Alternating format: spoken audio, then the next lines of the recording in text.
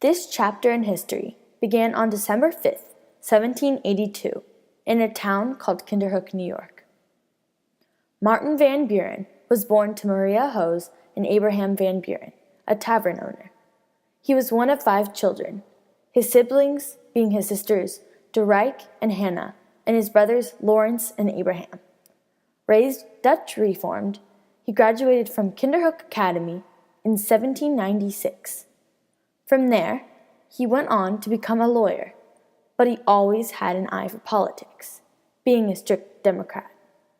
He married his wife, Hannah Hose, in February of 1807, and they had 5 sons: Abraham, John, Martin Jr., Lawrence, and Smith. But his wife, Hannah, sadly died of a tragic illness in 1819. Martin's opponents in the presidential election of 1836 included William Henry Harrison and Hugh Lawson White. The inauguration of 1837 marked the beginning of his legacy. In his deceased wife's place, President Martin Van Buren nominated Angelica Van Buren, the wife of his son Abraham, to be his first lady for the duration of his term. On his side, he had the support of his vice president, Richard M. Johnson. Interesting fact number 1. Van Buren's enemies referred to him as the Little Magician due to his wily and shrewd political maneuvering. Domestic affairs. Martin Van Buren wanted to inherit Texas, which at the time was Mexican land. Residents of the South greatly supported his idea to do so, whereas residents of the North opposed so strongly due to his favoring of the South. In August of 1837, the Little Magician lied and said that he no longer supported the annexation of Texas, to calm the people and protect the Democratic Party. Thus, he issued the Indian Removal Act of 1837, which gave U.S. troops the authority to banish Native American tribes from their homelands once and for all. On May 10th of 1837, some important state banks in New York began to run out of their coin currency metal. They then refused to convert paper money into gold or silver, and many other banks followed. This economic crisis became known as the Panic of 1837. It was soon after blamed on greedy Americans by none other than Van Buren himself. Interesting fact number 2. Martin Van Buren founded many things. His most renowned include the 2-party system, the Democratic Party caucus, much like a Republican conference, the nominating convention, which holds the purpose of not only selecting a nominee to run for each political party, but to also adopt a statement of principles and goals known as the platform.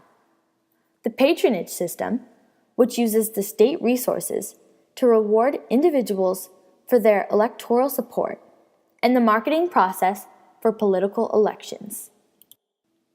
Foreign affairs. A diplomatic crisis, later christened the Caroline Incident, with Great Britain grew out of tensions between Americans, Canadians, and British soldiers along the borders between New York and Canada and between Maine and Canada. This small separatist movement in Canada, led by William Lyon Mackenzie, tried to gain independence from Britain in late 1837.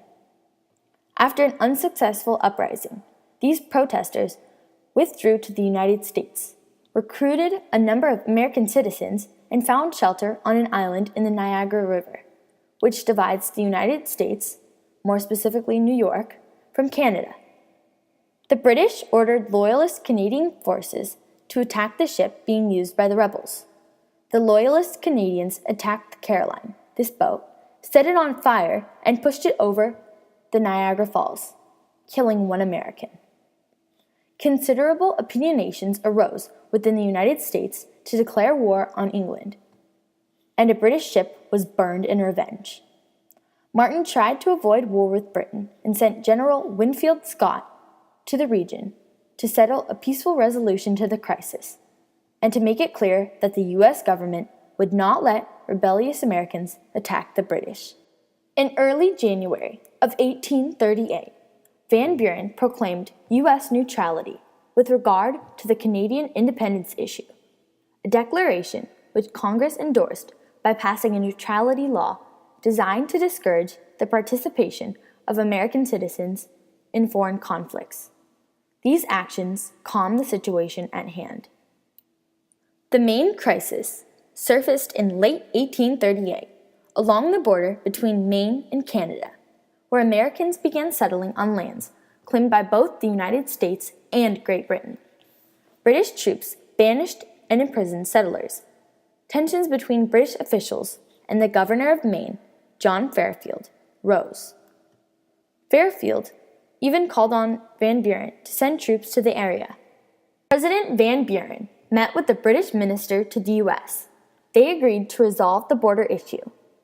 Van Buren also sent General Scott to Maine with orders to rein in Governor Fairfield and others who were relieving the tensions. Again, the Little Magician's ideas worked.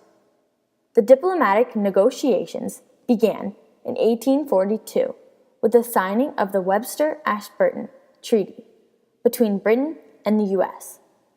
that resolved these issues. Van Buren's patient sense, which relaxed tensions between the U.S. and Britain, kept America out of war. Interesting fact number 3. The Little Magician stood at only 5 foot 6 inches, being the second shortest president next to James Madison, only 5 foot 4 inches. Legacy and impact. Martin Van Buren achieved many things during his presidency. The most well-known include following Andrew Jackson's policies, as well as becoming a key organizer of the Jacksonian Democratic Party. Following the decentralizing banks policy, which contributed to the Panic of 1837 and the 5-year Depression's bank failure and unemployment. Holding lower tariffs and free trade for the South, and setting up a system of bonds as an answer to national debt. He also enforced the Indian Removal Act by relocating Indian tribes west of the Mississippi River. Abstaining from British and colonial connections and denying Texas' formal request to join the U.S. in 1837 because he wanted harmony in the United States. Scholars don't have the best opinion of him, however.